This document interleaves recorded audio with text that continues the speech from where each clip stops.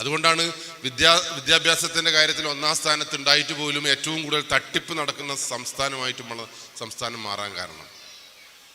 Firnas സന്തം എന്ന് പറയുന്ന വിശ്വലോക സുന്ദരി പട്ടം കിട്ടിയ പെൺകുട്ടിയോട് ചോദിച്ചു, എന്താണ് ഇവിടുത്തെ യുവത്വത്തിൻ്റെ പ്രശ്നം, നമ്മുടെ മക്കളുടെ പ്രശ്നം എന്താണെന്ന് ചോദിച്ചപ്പോൾ ഫർനാസ് സന്ത് പറഞ്ഞതെന്ന് അറിയോ? ഫർനാസ് സന്ത് പറഞ്ഞു, യുവത്വത്തിന് ചങ്കൂറ്റമില്ല. ചോദ്യങ്ങൾക്കുള്ള മറുപടി കണ്ണിലേക്ക് നോക്കി പറയാൻ കഴിയുന്നില്ല. ആ മറുപടി പറയാൻ കഴിവില്ലായ്മ തന്നെയാണ് നമ്മുടെ നാട് നശിക്കുന്നുണ്ട് എങ്കിൽ അതിനുള്ള കാരണമായിട്ട് ഞാൻ കണ്ടത്. ഇവർ വാട്സപ്പിലും ഫേസ്ബുക്കിലൊക്കെ ഇവരെ സംസാരം കാണണം നിങ്ങൾ. ഭയങ്കര ഭീകര സംസാരമാണ്. പക്ഷെ നേരിട്ടൊന്ന് കാണുമ്പോഴേക്ക് അപ്പം തന്നെ തകർന്ന് തരിപ്പണമാവുന്ന ഭീകരമായ കാഴ്ച. അതുകൊണ്ട് ഈ ചുള്ളിയിൽ കുടുംബത്തിൽ അങ്ങനെ ഒരു സംഭവം ഉണ്ടാവാനേ പാടില്ല. നമുക്ക് ആ മക്കളെ നെഞ്ചോട് ചേർത്ത് പിടിച്ച് മനുഷ്യക്കുട്ടിയായിട്ട് പോറ്റണം. നിങ്ങളൊക്കെ മനുഷ്യന്മാർ തന്നെയാണോ? Yes or no? നിങ്ങൾ ഒച്ചപ്പാടൊന്നും ഉണ്ടാവില്ല നിങ്ങൾക്ക്. എൻ്റെ ഒരു വിഷയം എന്താണെന്നറിയോ, ഞാനൊരു കൂട്ടുകുടുംബത്തിൽ ജീവിച്ചൊരു മനുഷ്യനാണ്. അതുകൊണ്ടാണ് എനിക്ക് ഈ ആളുകളെ കാണുമ്പോൾ എനിക്ക് വളരെ സന്തോഷം. ആ കൂട്ടുകുടുംബം ഇപ്പം എന്താ ചെയ്യുന്നത്, എൻ്റെ വീട്ടിൽ 30-40 ആളുണ്ടായിരുന്നു. എല്ലാവരും ഒരു സുപ്രഭാതത്തിൽ പിരിഞ്ഞു പോയി. എൻ്റെ ഭാര്യ പറഞ്ഞു അന്നേരത്ത്, എല്ലെണ്ണം പോയാൽ നല്ല സുഖം ഉണ്ടാവും, പിന്നെ ഉമ്മക്ക് മാത്രം പറക്കാം. ഞാൻ അന്നേരേ പറഞ്ഞു, ആപത്താണ്, പോയാൽ എനിക്ക് ബുദ്ധിമുട്ടാണ്, എനിക്ക് ഇപ്പോൾ ഉള്ള കുറച്ച് കുശുമ്പ് മാത്രമേ ഉണ്ടാവുള്ളൂ, എന്നാലും എൻ്റെ സങ്കടം മുഴുവൻ അങ്ങോട്ടും ഇങ്ങോട്ടും കുശുമ്പ് പറഞ്ഞ് നമുക്ക് തീർക്കാമെന്നൊക്കെ പറഞ്ഞപ്പോൾ പറഞ്ഞു, നിങ്ങൾക്കതൊന്നും തിരിയാഞ്ഞിട്ടാ. ഇപ്പോൾ അറിയാ 1-2 ആളും കൂടി ഉണ്ട് സുഖേനും. ഒരു തലവേദന ആയിട്ടുണ്ട് എങ്കിൽ ഒന്ന് ബാമെടുത്ത് തരാൻ, എനിക്ക് എവിടെയെങ്കിലും പോകാൻ, ഈ വീട്ടിലൊന്ന് കാവല് നിൽക്കാൻ ഏതെങ്കിലും ഒന്ന് ഉണ്ടാവുമായിരുന്നു. ഇപ്പോൾ ഒന്നുമില്ല. നിങ്ങളാണെങ്കിൽ ഇങ്ങനെയും. നോക്കുമ്പോൾ ശരിയാണ്, കൂട്ടുകുടുംബത്തിൻ്റെ മാധുര്യമില്ലേ, അത് നഷ്ടപ്പെടുമ്പോഴാണ് മനസ്സിലാവുക. നമ്മുടെ മനുഷ്യൻ അങ്ങനെയാണ്. വെപ്രാളത്തിനിടയിൽ എന്തൊക്കെയോ കാട്ടിക്കൂട്ടാനുള്ള വെപ്രാളത്തിനിടയിൽ അവസാനം എല്ലാം നഷ്ടപ്പെടുമ്പോഴാണ്, അവിടെയാണ് ഒരു പോലീസുകാരൻ എന്ന രീതിയിൽ നമുക്കൊക്കെ ഒരിക്കലും മനസ്സമാധാനം കിട്ടാത്തത്. പോലീസിനെ സംബന്ധിച്ചിടത്തോളം പോലീസ് എന്ന് പറയുമ്പോൾ നിങ്ങൾക്ക് ഭീകരനായിട്ട് തോന്നിയേക്കാം, വല്ലാത്ത ജന്തു, ഹെൽമെറ്റ് ഇടാൻ ഞാൻ പൈസ പിടിച്ചു ഇറക്കുന്ന ചങ്ങായി, ഇങ്ങനെയൊക്കെയാണ് പോലീസിനെ കുറിച്ച് എല്ലാവരും ധാരണ. ഞാനും പണ്ട് വിചാരിച്ച അങ്ങനെ തന്നെയാണ്.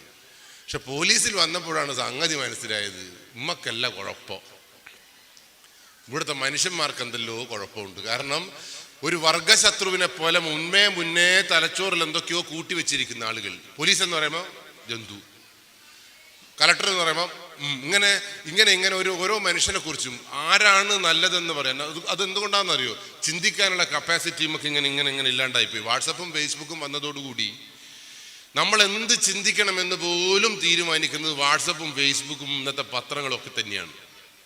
വളരെ സിമ്പിളാണ് കാര്യങ്ങൾ. വിശാലമായ ചിന്താഗതികളൊക്കെ ഇപ്പം ഇങ്ങനെ ഈ ഒരു ഓഡിറ്റോറിയത്തിൽ പല സ്ഥലങ്ങളിൽ നിന്ന് വന്ന ആളുകൾക്ക് ഒന്നിച്ചിരിക്കാൻ പറ്റുന്നുണ്ടെങ്കിൽ അതിൽ പല മാധുര്യം വേറൊന്നുമില്ല. നിങ്ങളെ സങ്കടങ്ങളൊക്കെ അവിടെ പറയാം.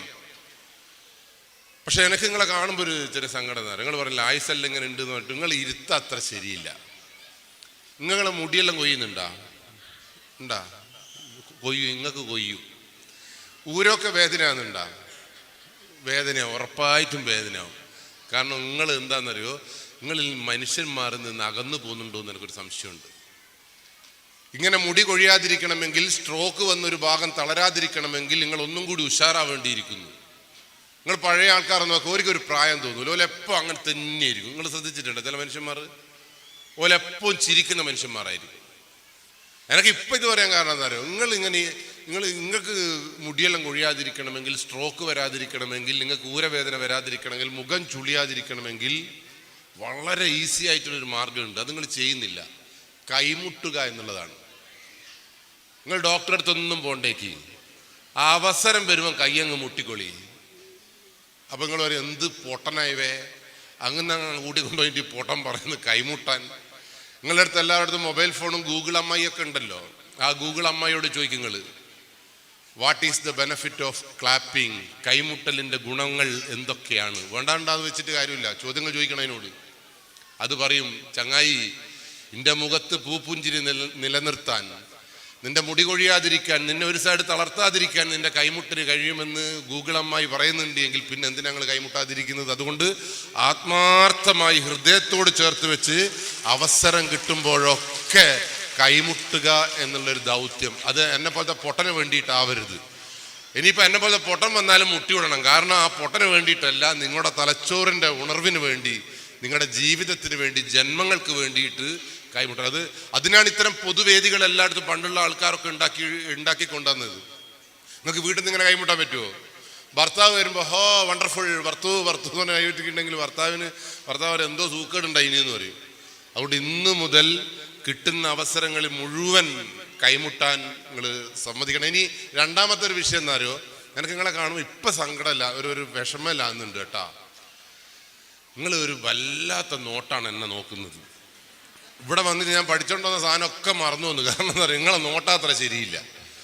കാരണം നോട്ടത്തിനൊരു പ്രശ്നമുണ്ട്. നിങ്ങൾ വിചാരിക്കേണ്ട രംഗീഷ് ഭീകരനാന്ന് നിങ്ങൾ വിചാരിച്ചിട്ടുണ്ടാവില്ല. ആ നോട്ടത്തിൽ ഉണ്ടത് ശരിക്കും. പക്ഷെ നിങ്ങൾ ഇന്നു മുതൽ എന്ത് ചെയ്യണമെന്നറിയോ, മനുഷ്യനാവാൻ ശ്രമിക്കണം. കുറച്ചും കൂടി മയത്തിലിരിക്കണം. സ്വന്തം ജീവിതത്തെക്കുറിച്ച്, സ്വന്തം മാനത്തെക്കുറിച്ച്, സ്വന്തം അഭിമാനത്തെക്കുറിച്ച് ബോധ്യമുള്ള മനുഷ്യനായിട്ട് വേണം നിങ്ങൾ ഇരിക്കാൻ. വസ്ത്രധാരണമായാലും ദീനിബോധമായാലും ഈ ചുള്ളിയൻ ഫാമിലിൻ്റെ ഒരു അഭിമാനം കാത്തു സംരക്ഷിച്ചു കൊണ്ടുപോകണം നിങ്ങൾ എല്ലാവരും ഇരിക്കാൻ. എവിടെ ഇരിക്കുമ്പോഴും, വീട്ടിലാണെങ്കിലും പറമ്പിലാണെങ്കിലും എവിടെയാണെങ്കിലും, ചന്തയിലാണെങ്കിലും ആ പോന്ന ചങ്ങായി ചുള്ളിയൻ കുടുംബത്തിലാണെന്ന് പറയാനുള്ള ഒരു ആർജവങ്ങൾ മുഖത്തുണ്ടാണ്. അത്രയും ഒരു ദൃഢനിശ്ചയങ്ങളെ മുഖത്തുണ്ടാണ്. അത് ഉണ്ടാക്കിയെടുക്കാൻ വളരെ സിമ്പിളാണ്. നിങ്ങൾ മനുഷ്യന്മാരായാൽ മതി. നിങ്ങൾ മനുഷ്യന്മാരാണോ?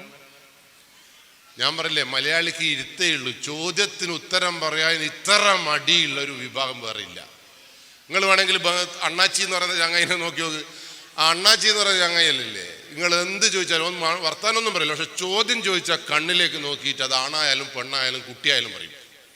ബംഗാളിനോട് ചോദിച്ചു നോക്ക് നിങ്ങൾ, ബംഗാളി മണി പോലെ കണ്ണിലേക്ക് നോക്കി ഉത്തരം നൽകും.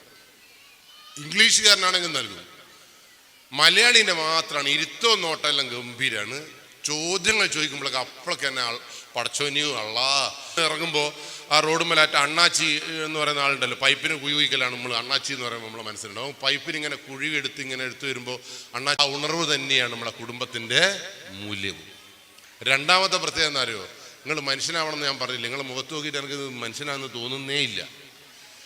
മനുഷ്യന്മാർക്ക് 4 പ്രത്യേകതകളുണ്ട്. ഒന്ന്, മനുഷ്യന് മാത്രമേ നട്ടെല്ല് നിവർത്തിയിരിക്കാൻ പറ്റൂ. നട്ടെല്ല് നിവർത്തിയിരിക്കാൻ കഴിയുന്ന ഏക ജന്തു ആരാണ്? മനുഷ്യൻ. കൊറോണയ്ക്ക് ശേഷം നമ്മളെ നട്ടെല്ലെല്ലാം എന്തെല്ലോ ആയിപ്പോയിട്ടുണ്ട്. ശരിയാണോ തെറ്റാണോ?